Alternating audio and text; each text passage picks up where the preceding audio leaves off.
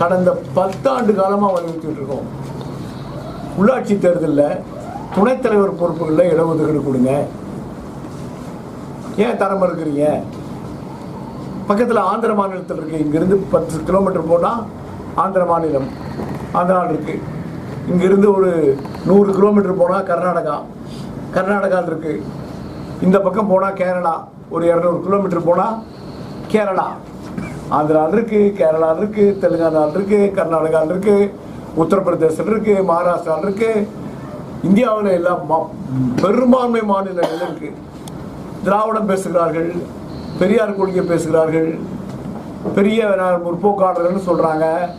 ஆனால் துணைத் தலைவர் பொறுப்புகளில் இடஒதுக்கீடு இல்லை. மேயருக்கு இடஒதுக்கீடு இருக்குது, துணை மேயருக்கு இருக்கா? இல்லை. மாவட்ட பஞ்சாயத்து தலைவருக்கு இருக்குது, துணைத் தலைவர் பொறுப்பு இருக்கா? இல்லை. நகரமன்ற தலைவருக்கு இருக்குது, துணைத் தலைவர் பொறுப்பு இருக்கா? இல்லை. ஒன்றிய குழு தலைவருக்கு இடஒதுக்கீடு இருக்கு, துணைத் தலைவருக்கு இருக்கா? இல்லை. ஊராட்சி மன்ற தலைவருக்கு இடஒதுக்கீடு இருக்கு, துணைத் தலைவருக்கு இருக்கா? இல்லை. இதனால் எவ்வளவு ஆயிரக்கணக்கான தலித் சமூக பிரதிநிதித்துவம் மறுக்கப்படுகிறது. இது எவ்வளவு பெரிய சமூக அநீதி. இதை செய்ய வேண்டியது எது? தமிழக அரசும், தமிழக அரசுடைய தேர்தல் ஆணையமும். மத்திய தேர்தல் ஆணையமா? தமிழக அரசுடைய தேர்தல் ஆணையம். எவ்வளவு காலமாக நாங்கள் வலியுறுத்தி கொண்டிருக்கிறோம், போராட்டம் நடத்தியிருக்கிறோம், வழக்கு மன்றத்துக்கு போயிருக்கிறோம். இன்னும் வழக்கு மன்றத்தில் அது நிலுவையில் இருக்கு. இல்லையே, பதிலே இல்லையே.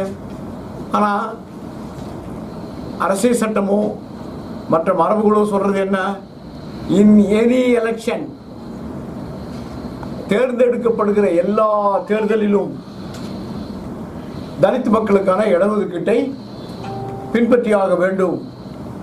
பஞ்சாயத்து தலைவருக்கு இடஒதுக்கீடு, துணைத் தலைவருக்கும் எலெக்ஷன் நடத்தான போடுறீங்க.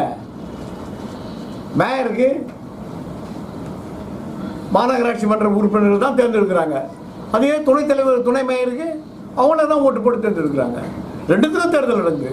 இப்போ அந்த தேர்தல் இருக்கு, இந்த தேர்தல் இல்லைன்னா சட்ட விரோதம். சமூக விரோதம் மட்டும் இல்லை, சட்ட விரோதம். ஏன் இந்த அரசு இதை காதலே போட்டுக்க மாட்டேங்குது? எதற்காக? இதை போலவே நாங்கள் ரொம்ப காலமாக வலியுறுத்திட்டு இருக்கோம் ஒரு கொள்கையை.